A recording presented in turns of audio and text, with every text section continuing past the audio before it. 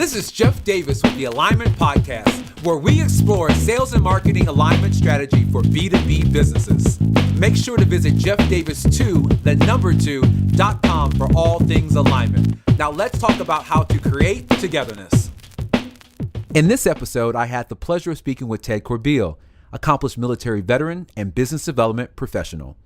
In our conversation, we discuss how he's leveraged his military experience to help him coach sales teams, his one team, one fight mantra for effective collaboration, and the difference between data and intelligence when informing strategy. With that said, let's jump into the episode. Ted, thank you for being on the show today. Thanks, Jeff. Very excited to be here. Yeah, so I'm really excited to dive into your military experience and talk about the themes that I feel are very transferable when you talk about sales and marketing alignment. Before we start that, why don't you tell us who you are and your background as far as the military and your transition into a corporate role, just so we can have context of your story. Sure, very happy to do that for you.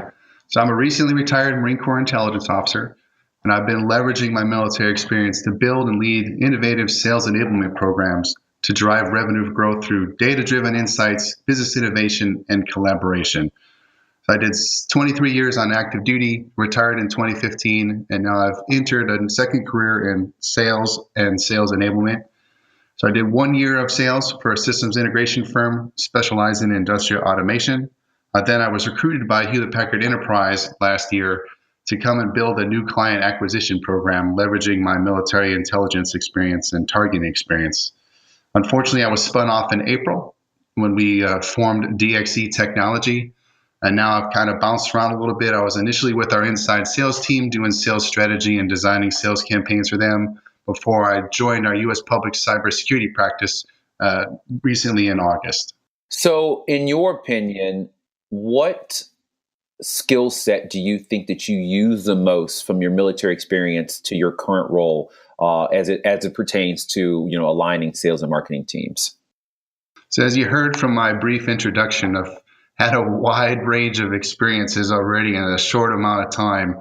And what I found is my niche. So my niche, where I adapt my military best practices and experience, are two main areas: focus and fusion. Okay. So what I mean by focus is I have an ability from years of training experience to begin everything with problem framing, mission analysis.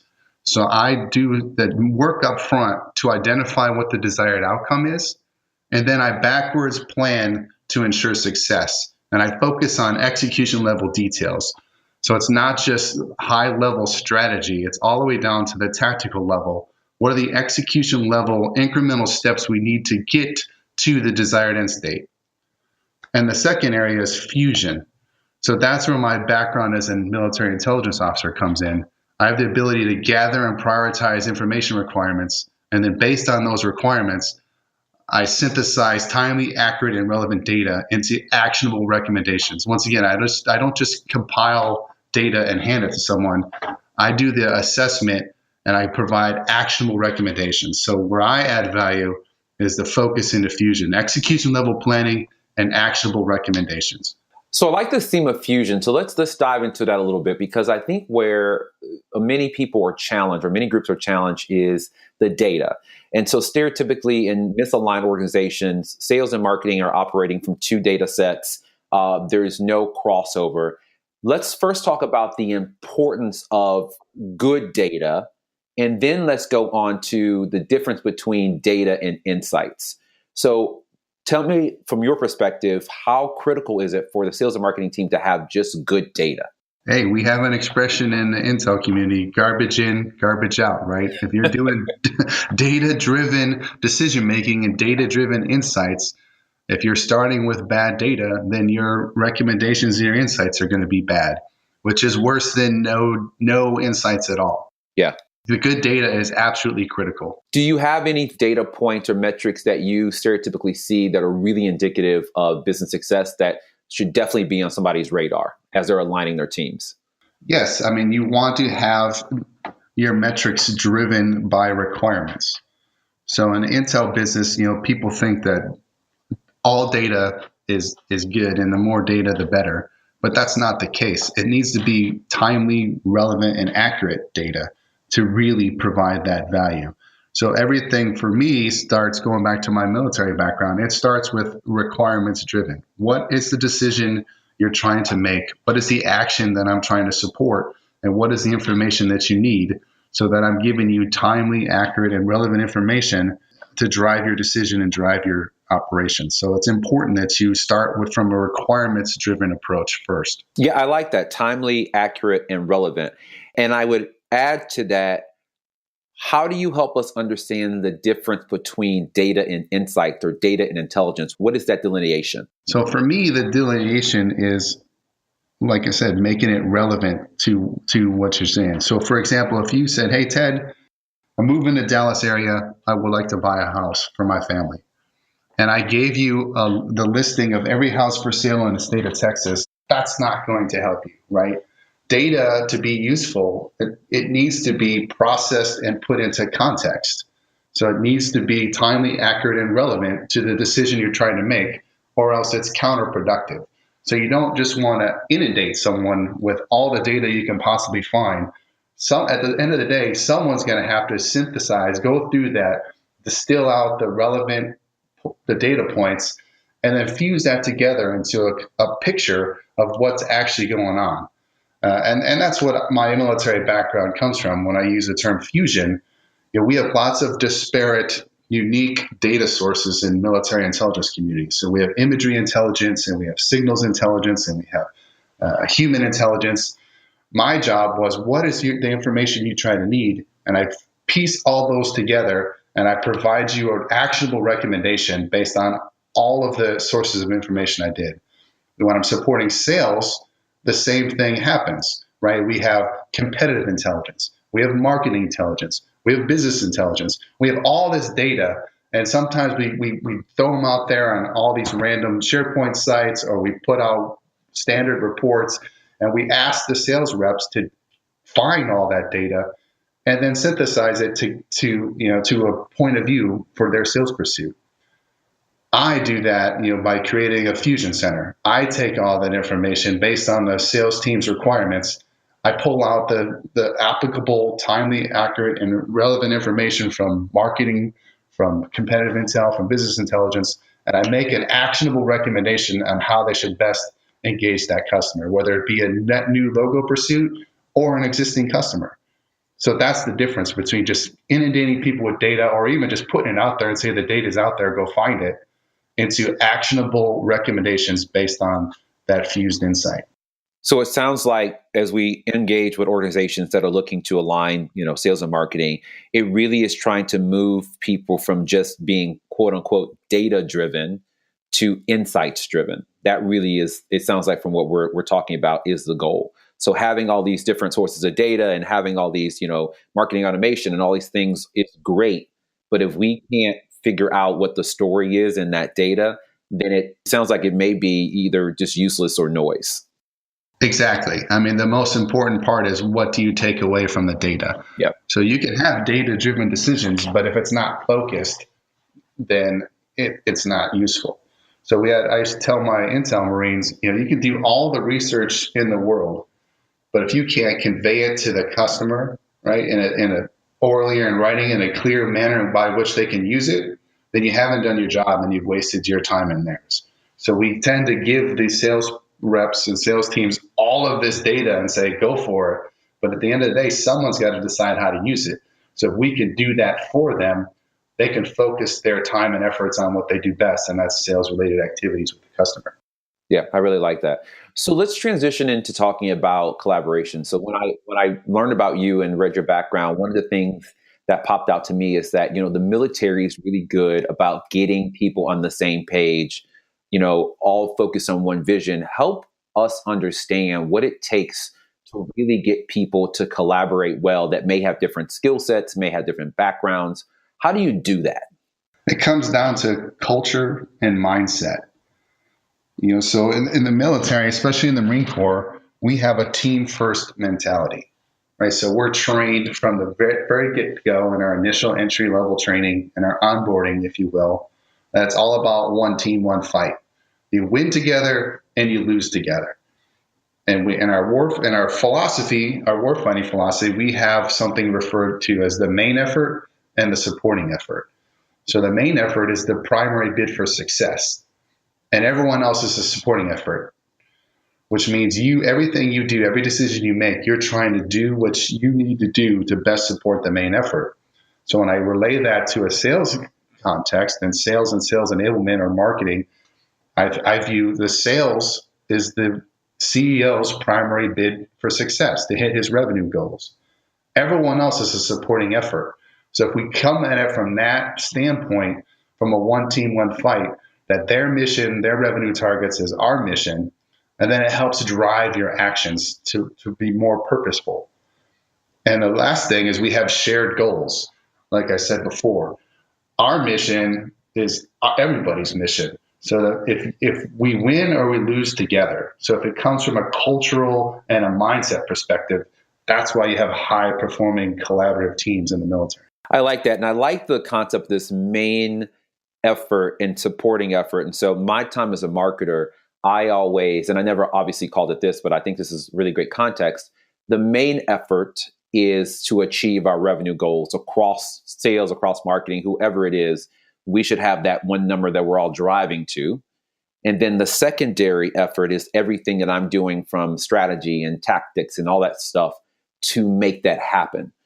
So I think if you put it in that context, you across the board, everybody's primary objective should be to hit, whatever that target revenue is. And then we talk about what are those things that support from a secondary standpoint, us hitting those goals. Would that be accurate?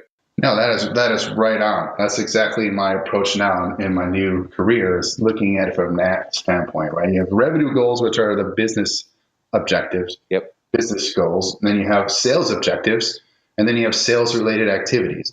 Those are all things that you can measure. Those are all metrics you can have behind the incremental steps to achieve that overall end state of hitting our revenue targets. So if you think of it, marketing is invaluable. They can focus the effort of the sales teams by producing high qualified, marketing qualified leads, so they can focus the targeting effort. And on top of that, they can be the supporting fires. So from a military perspective, you have artillery or air support that preps the battlefield.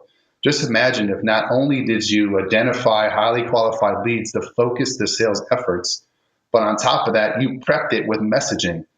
You put the message out there, so the first time they're hearing about a product is not when the salesperson calls on them. They've already been prepped for, we've already laser focused the effort on exactly where the customer's need is. So it can be a force multiplier if marketing and sales alignment is just the way to go. So how would you help leaders understand, because I think a lot of these organizations that fall into that traditional combative relationship between sales and marketing, this is a significant culture change. So how do you look at attacking a cultural change issue? Yeah, I mean, it's all about the culture. And when you're coming into it new, the first thing that I always do is assess the situation. So we switch roles every 3 years generally in the military. So you're always switching into a new role and into a new organization across the country or across the world. So we usually say, for the first 90 days, you just observe. You keep your mouth shut and your eyes open, and you just observe, and so you can orient yourself to what's going on and identify what are the root issues that are causing this change. The second thing, is once you've kind of done that, now you got to assess your place in the environment. What's your sphere of influence? What can you affect and what can't you affect? And that'll help determine your approach to going about it. But honestly, what it's all about for me is you just lead by example. If you identify that the things that you think need to be changed, then you just be positive and you demonstrate those through your own behaviors. Yeah. You don't just sit around and complain. You take the initiative and you do something about it. And then finally, I would recommend, crawl, walk, run approach. Don't try to sit down and plan this grandiose strategic plan of how you're going to change the culture. Identify a few small things that you can do differently right away. And then you don't waste your time trying to convince everyone of the plan. You might find a few people that are like-minded with you, and together you just start doing it by example. And you see small wins add up to big wins, and before you know it, the culture's different. It's a gradual thing. Yeah, I've had many conversations about this alignment effort, and people, even though I love to talk about the strategy and business transformation, the question always comes, well, what can I do tomorrow? And I think that's important. And while I don't want to just focus on tactical stuff, it can be simple things like inviting a marketing member to a sales kickoff and having them explain what they do and the campaigns that are coming up so that sales knows, how is marketing supporting me? I've also told a lot of marketers that I speak with, get on a sales call, go out in the field with the sales team, get on the phone. Those are simple things that don't take a lot of strategic alignment to do that can start to change that culture so that you guys are, understanding the worlds of your counterparts, which then, creates empathy. So I like that you said that, is to focus on those small things that can have incremental change. Exactly. And then that'll lead that more overall strategic alignment that we're trying to achieve. I'll make it even simpler for you. Yeah. Provide feedback. If you're sales, provide feedback on a marketing product. Just imagine that. That's the one thing that I learned in the Intel community was we tend to produce a lot of products. And very few times does anyone ever take the time to provide feedback back to us. So if you provide a little bit of feedback, one, you tell the person that their work mattered, that someone actually used it, it had value. And guess what that person's going to do? They're probably going to defer and do a lot of their effort towards supporting you. And from marketing, same thing. There's nothing more frustrating than not knowing if someone's using your product or not. Reach out to the salesperson and ask for feedback. Was this helpful to you? What could be different? What was missing from it? So now you have this continuous reinforcing cycle where now you start building that collaborative effort. You're asking for their requirements and they're giving you feedback on how well you fulfilled those requirements. And it becomes positive reinforcing effort. And that's how you build that team approach. And I think to your point, this brings up the topic of what I, have said from the beginning of my work. It is so critical and so crucial to have a feedback loop between sales and marketing. And in most organizations, there really is no way for sales to, in a formal way, give feedback on what is working and what is not working. I think that people probably on the sales front don't appreciate how much and how important the feedback from them is to marketing. Because if marketing doesn't, is creating all this stuff and pushing out there, and if they don't hear back, the assumption then for many teams is that it is working because no one has told me it's not working. Exactly. I think that's a misconception that people don't really understand, and that, for most marketing teams that, that are driven to really support sales and really understand their role is to help sales sell more effectively, they should be open to getting, we want you to tweak that, or we want you to get rid of that, or that should sound like this, and then working together to create better content. Because a lot of times it doesn't require any more effort. Yeah. Right. If you're producing information in a certain format and it's not easy to use by the salesperson, a simple tweaks, it doesn't require that much more effort to make it easier to use. And that's something that, I learned in the Intel business. If we're making these fancy PowerPoint slides, Intel summaries, but the people would rather have it in a Word document where they can more easily cut and paste it and recycle some of that content, it could be something as simple as that, where you just ask that question and just general feedback and just have a 5-minute conversation. So feedback loops are very important, and it's built into our military planning cycle. So we plan, we brief, we rehearse, we execute, and we debrief. It's a cycle, and it feeds back in. And so sales pursuits are, that's real world firsthand information with the customer. That should absolutely be fed back into marketing so they can refine their messaging and target more effectively. So it should be a collaborative effort. Absolutely. Yeah. And I think sometimes people forget that, most marketers don't have sales experience. So a lot of times it does come back to the context of how is this being used. If I've never had a bag or hit the street, I may not understand that while the content is good, the strategy is good, the mechanism in which I share this with my customer is not optimal. So can I make that tweak in order for my sales professional to actually use this in a way that's meaningful? Exactly. Timely, accurate, and relevant. So it's funny you say that. So I'll share a quick story with you. So when I was brand new out of college, I was in Japan. My first job was a target intel officer. and I was supporting pilots to do mission planning against another country. So I was building these target packages, and I put all this information in there that I thought was relevant. So I had all of these ground-based photos of the building, the target building, and I put in this package, and I say, man, these things are awesome. So I sit down with a pilot, and the pilot looks at it, and he goes, Ted, I'm flying at 25,000 feet above their AAA and air defense systems. Do you really think I'm going to recognize that building, that target building, from a ground-based photo? And that's when we drove home the reality of requirements-driven products. Yeah. So now fast forward to HPE, I'm supposed to be building these target packages on net new logos. The first thing I did learning from that experience was sit down with a sales rep and say, what are your required information? What do you need to get into it?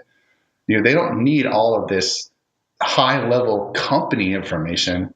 They need the buyers. Who is the actual people? That is what the information they want to focus on. So now that focus your effort when you're providing that information to them. So it's all about understanding their requirements. And that's why I think it's so critical and so important for sales and marketing leadership to sit down and talk about what are we trying to achieve? What are those requirements so we can back into that and actually produce things that are relevant to what we're trying to achieve? Because otherwise, we're just guessing and we're, throwing things in the wall and seeing what sticks. Exactly. We use the expression self-licking ice cream cone in the Intel community.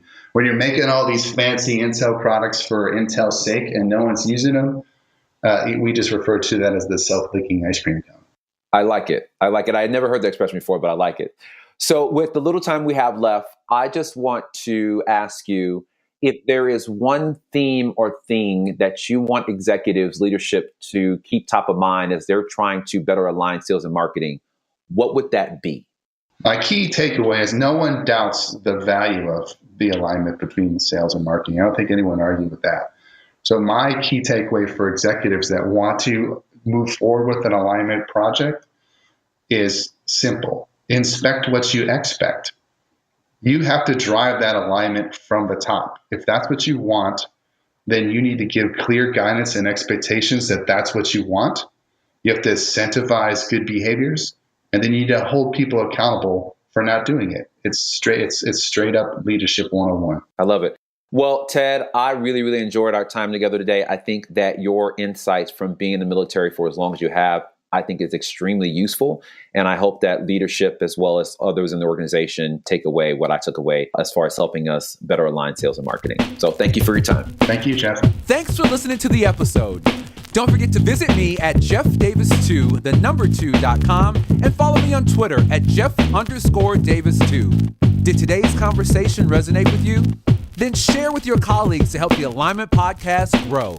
Join us for the next episode where we continue to talk about how to create togetherness.